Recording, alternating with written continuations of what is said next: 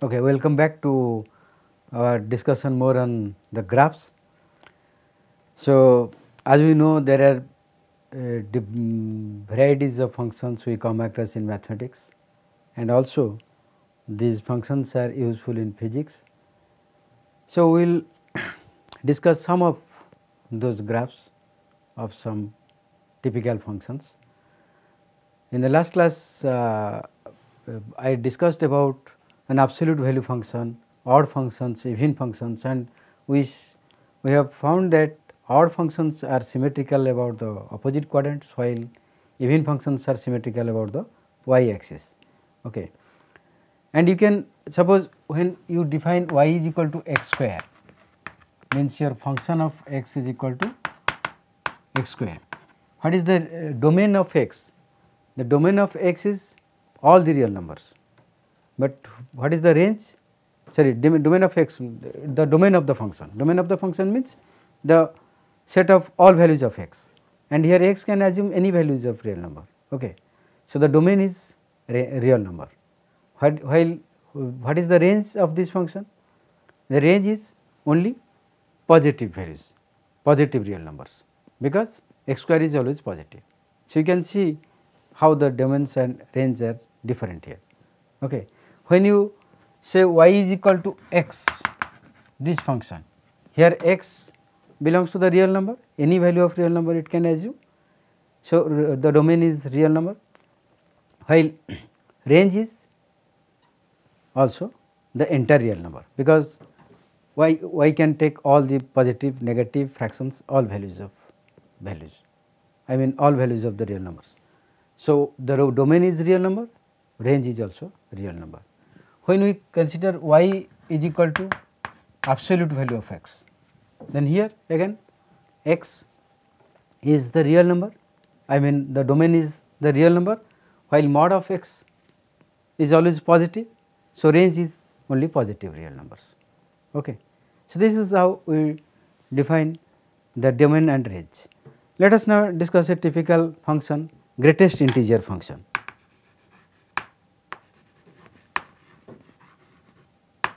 Greatest integer function. It is written as the symbol f of x is equal to greatest integer function. That means your f of x value is the greatest integer less than or equals to s.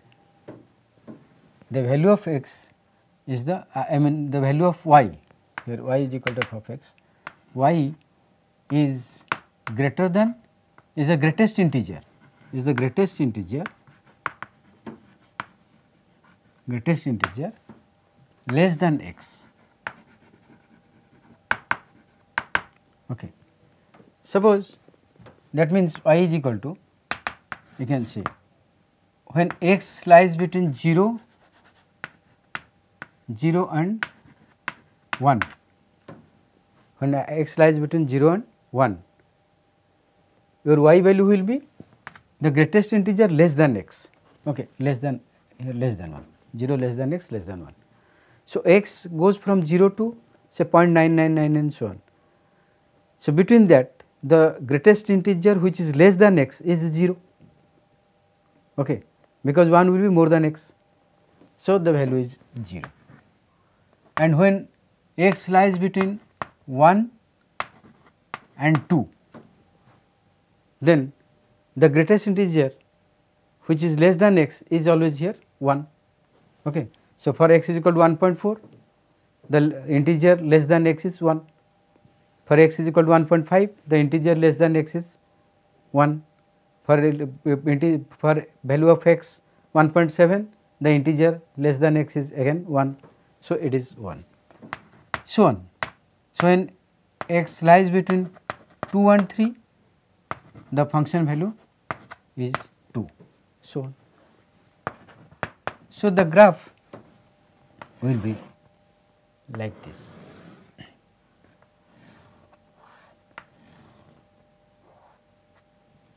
How? This is x, this is y. So, when x from goes from 0 to 1. The greatest integer value is less than 1 is 0. So, the y points are all these. So, this is the graph. When x changes from 1 to 2, the y value is 1. Okay. So, this is our greatest integer function. When x lies between 0 to 1, the value of x, which is the greatest integer, less than x. Less than x means it is 0, because for 0.1, 0.2, 0.3, 0.4, the integer less than x is 0. Okay. Similarly, when x value goes from 1 to 2, the greatest integer less than x is 1, so on. Okay. And you see these circles I put at the end, those are the values not, I mean, then this value is not attaining 2, it is less than 2. Here it is less than 1, here it is less than 3. Okay. And in the negative axis, similarly, we will have the greatest integer less than x will be like this, exactly similar. Okay. So, this is called our greatest integer, the graph of greatest integer function. You can see here, when we plot the function, you just visualize it. Here this function loses a continuity. Okay. There are breaks in the graph, okay, that lose continuity, which we will discuss later as the continuity of a function, which is again very important. Okay. And if we find out the domain, here domain is the entire real number. Okay. For the greatest integer function, the domain is entire real number. X can have value all the fractions, integers, everything. But what about the range of the function? What are the values of y? Y is 0 or 1 or 2 or -1 or -2 or -3, so on. So, these are integers only. So, you see the greatest integer for this greatest integer function, the domain is all the real numbers, while the range is the integers only. Okay. Suppose I define a function like this, f of x is equal to half when 0 less than or equals to x less than half, and is equal to 1 minus x when half less than x less than or equals to 1. Okay. And it is equal to 1, when x is equal to half. Let us plot the graph. Obviously, this is x, this is y. From 0 to half, suppose this is 0, this is 1, this is half. From 0 to half, y value or function value is x. That means y is equal to x, the graph is straight line. At half, as long as it is less than half, it is like this, but at half, say this is half y value and this is y value 1. At half, the y value is 1. So, this is the point half and 1. Beyond half, it is 1 minus x, again a straight line with a negative slope. Okay. So, it is like this, this is 1. So, you see this graph is again, we plot this graph, there is a break at half, in the graph there is a break at the half. So, it loses continuity over here. Okay. So, we have discussed different types of graphs. When we plot y is equal to x, when we plot y is equal to x square, when we plot y is equal to x cube, the function is very continuous, there is no break in the graph. But when this type of functions, greatest integer function or this particular function, we find a break in the graph. Okay. So, when there is a break, the function is discontinuous at that point. When there is no break at a point, then that at that point the function is continuous. We will discuss again more about this continuity of the function. Let us discuss some more about different types. Let us discuss about trigonometric functions. You know trigonometric function y is equal to sin x, y is equal to sin x. X can have value, any value in the real numbers. And what is the value of y? The maximum value of sin x is plus 1, minimum value is minus 1, and at x 0, y is 0, and the graph is like this, and it is a periodic function.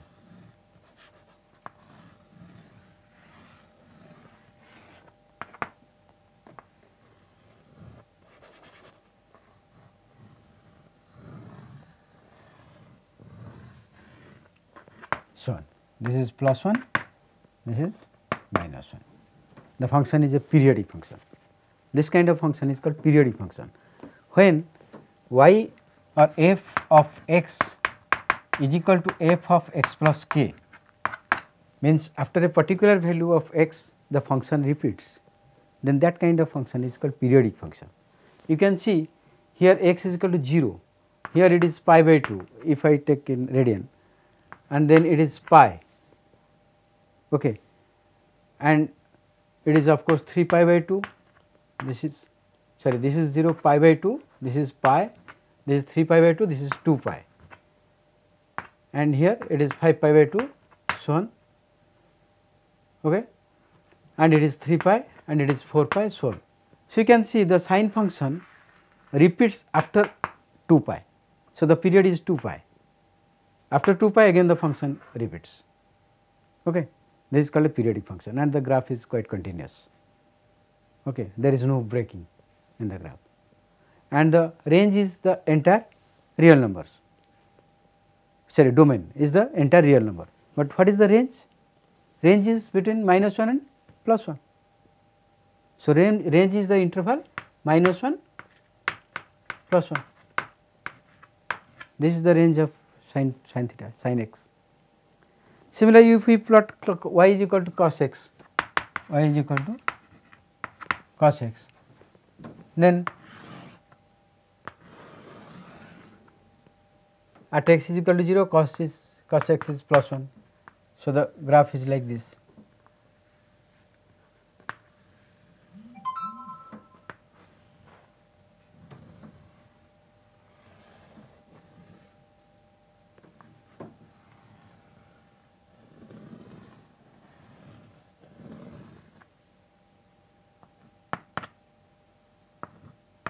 Zero, pi by 2, pi, 3 pi by 2, 2 pi, so on.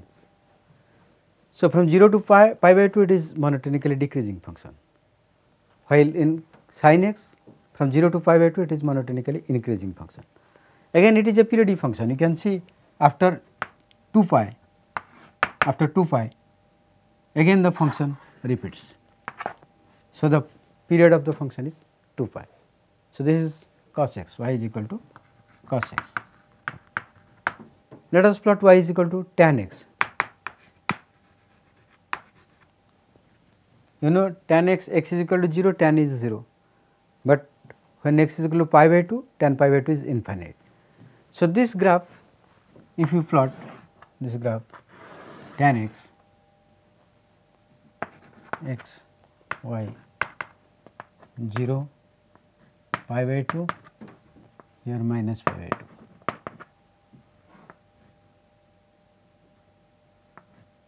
Pi by 2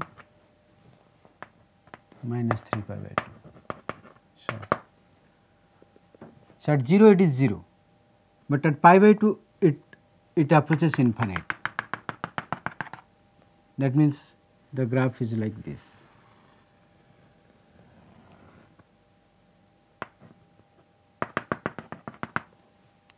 Again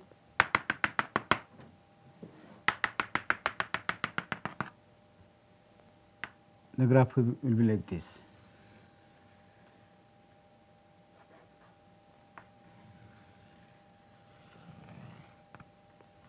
So, you can see the function is here, the graph is breaking at here at the point pi by 2. There is a loss of continuity over here for the tan x, and this is not the situation in case of sin x and cos x. Okay. So, this is our trigonometric function. Let us discuss about exponential function. Suppose we consider y is equal to a to the power x, then whether x is positive or negative, y is always positive. For example, if x is equal to 2, it is a square. For x is equal to minus 2, it is a to the power minus 2, which is again 1 by a square, which is always positive. So, the value of y is always positive for this kind of function when y is equal to a to the power x. Now, two possibilities are there. A may be greater than 1, a may be less than 1. Let us first see what happens when a is greater than 1. Okay.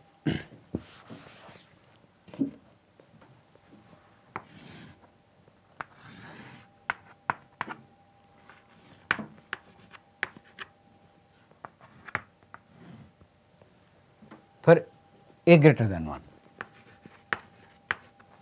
when x is equal to 0, y is equal to 1, this is the point. Okay.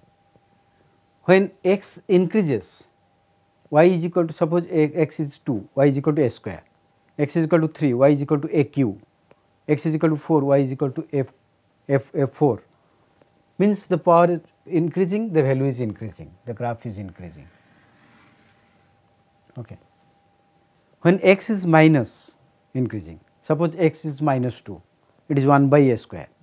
When x is minus 3, it is 1 by a cube. When x is minus 4, it is 1 by a4. So, it is value decreasing. Okay. In the denominator it is increasing, so the ratio is decreasing. And when x tends to minus infinite, y tends to 0. So, the graph is like this. Graph is like this. It will tend to 0 when a is greater than 1. But what happens when a is less than 1?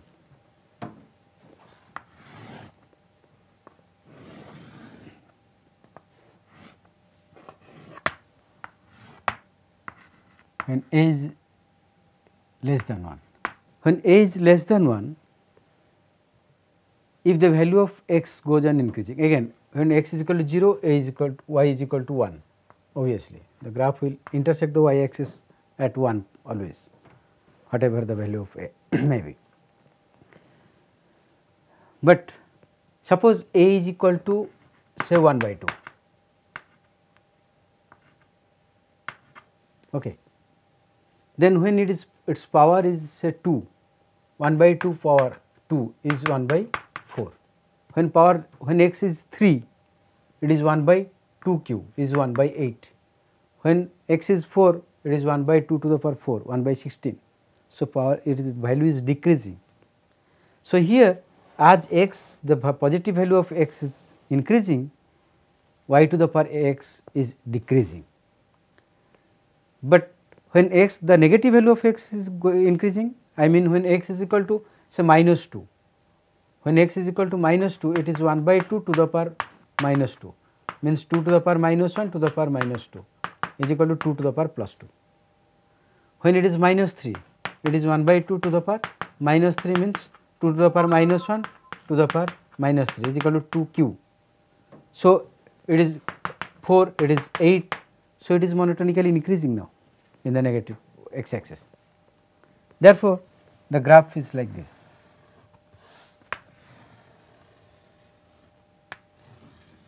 And as x, the value x approaches towards the positive value, it is decreasing. Okay.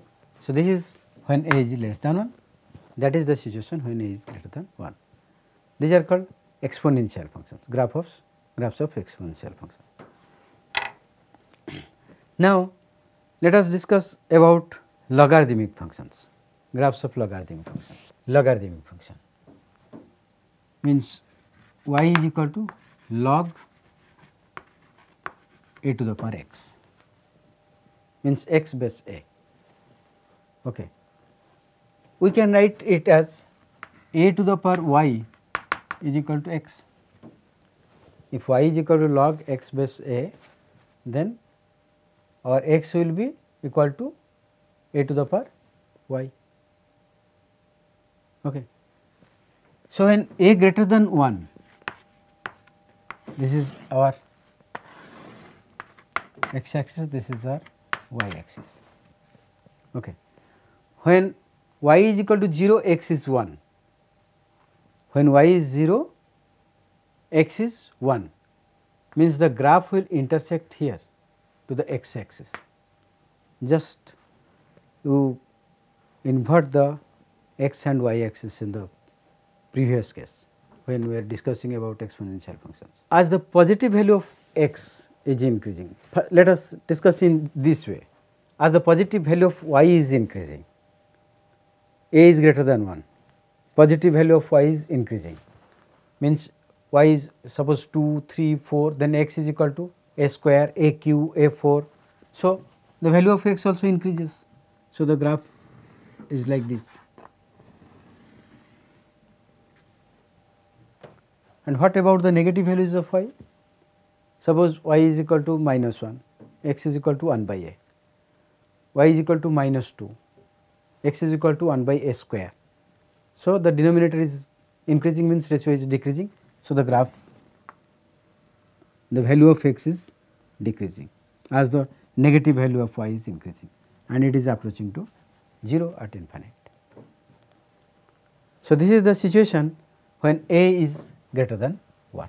This is the plot of y is equal to log x base a. This is the logarithmic function. Logarithmic functions.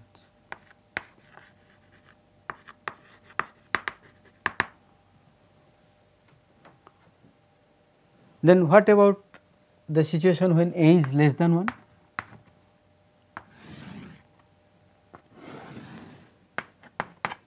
This is x axis, this is y axis. Okay. Now, again when y is equal to 0, x is equal to 1, obviously y is equal to 0, x is equal to 1. So, the graph will intersect at the x axis. But as the y value is increasing with positive values of y is increasing, means it is a square, a q, but a is less than 1. Suppose a is 1 by 2, then 1 by 2 square is 1 by 4, 1 by 2 q is 1 by 8, so on. So, the value of x will go on decreasing, means as y is increasing, x value is decreasing. The graph is like this, and when y tends to infinite, it extends to 0.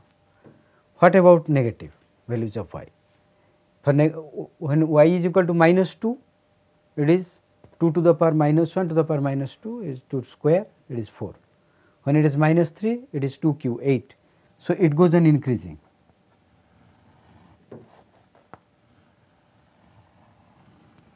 The value of x is increasing. So, this is the situation for a less than 1. So, these are the plots of logarithmic functions. So, as I told, there are many types of functions, okay? And out of those functions, some important functions we have discussed regarding their graphs to visualize those functions, because graphs gives you the visualization of the function, so that you can easily perceive the concepts when you are explaining some physical theories, because we are reading here mathematical tools to understand the physics. Okay. And I have given you some hints about the continuity. Suppose this function, in the graph you do not see a break anywhere. So, this function is continuous. Okay. But while in the greatest integer function we show that there is some, there are breaks at the intervals, at certain intervals. So, these are discontinuous functions, and we shall discuss more about continuity of a function, limit, though you have been taught again at the 12th level, we will just again make a review of that. And so, in the next class we shall discuss about continuity, limit and differentiability, and till then thank you.